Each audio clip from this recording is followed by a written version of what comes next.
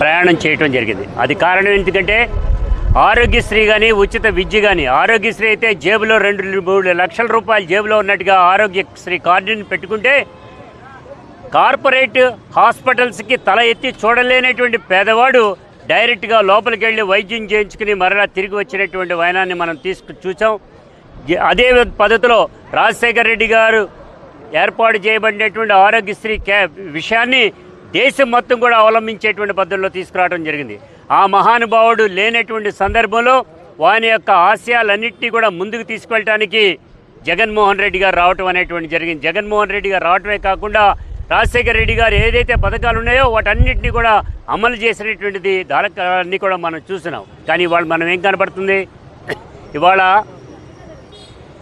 జగన్మోహన్ రెడ్డి గారు రాజశేఖర రెడ్డి గారిని చూసిన తర్వాత చంద్రబాబు నాయుడు గారికి సొంత పథకం ఒకటైనా ఉందా అని అడుగుతున్నాం. ఆయన పలానా ఇది నేను చేశానని చెప్పేటువంటి పద్ధతి లేదు, ప్రజలకు మంచి చేసేటువంటిది లేకుండా ఇవాళ సూపర్ అన్నారు, 6 అన్నారు, ప్రజలకి మొండి చేయి చూపించేటువంటి పద్ధతి తప్ప మరొకటి కానే కాదు.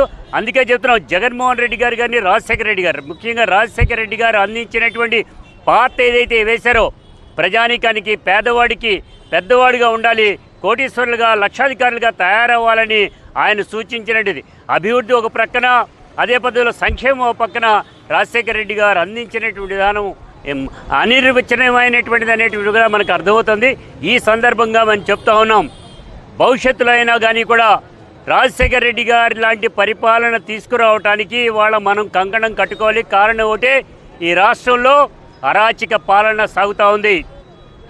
వందలాది మంది హత్య కాబడుతున్నారు, వేలాది మంది క్షతగాత్రులవుతూ ఉన్నారు, ఇళ్ల మీద దాడులు చేస్తున్నారు. మాజీ శాసనసభ్యులనే కాదు, మాజీ ఎంపీలనే కాదు, ఎవరైనప్పటికీ కూడా దౌర్జన్యాలు చేయటం అనేటువంటిదే మాత్రమే కనపడతా ఉంది. దీనికి స్వస్తి చెప్పాల్సినటువంటి అవసరం ఉంది. అందుకే పేదవాడికి గుండె చప్పుడుగా ఉండేటువంటి మన రాజశేఖర రెడ్డి గారి యొక్క ఆశయాలకు అనుగుణంగా ముందుకు తీసుకెళ్ళడానికి జగన్మోహన్ రెడ్డి గారిని మన అందరూ మరలా ముఖ్యమంత్రి చేసుకుంటానికి సమాయత్తం కావాలని కోరుకుంటూ ఈ రోజున కార్మిక వర్గం నుంచి చేసేటువంటి ఈ కార్యక్రమం, దీనిలో మున్సిపల్ కార్మికులుగా, మహిళా కార్మికులుగా ఉన్నటువంటి వారందరికీ కూడా ఇతోధికంగా వారందరినీ కూడా సన్మానించుకోవడం అనేటువంటి జరిగింది. మీరందరూ కూడా చూస్తున్నారు. భవిష్యత్తులో కూడా కార్మికులకు పెద్దపీట వేసేటువంటి జగన్మోహన్ రెడ్డి గారిని అధికారంలో తీసుకురావడానికి మనందరం కూడా కార్మిక వర్గం ఏకముఖంగా కదిలి ముందుకెళ్లాలని కూడా కోరుకుంటూ ఈ సందర్భంగా తెలియజేస్తాను. జోహార్ వైఎస్ఆర్.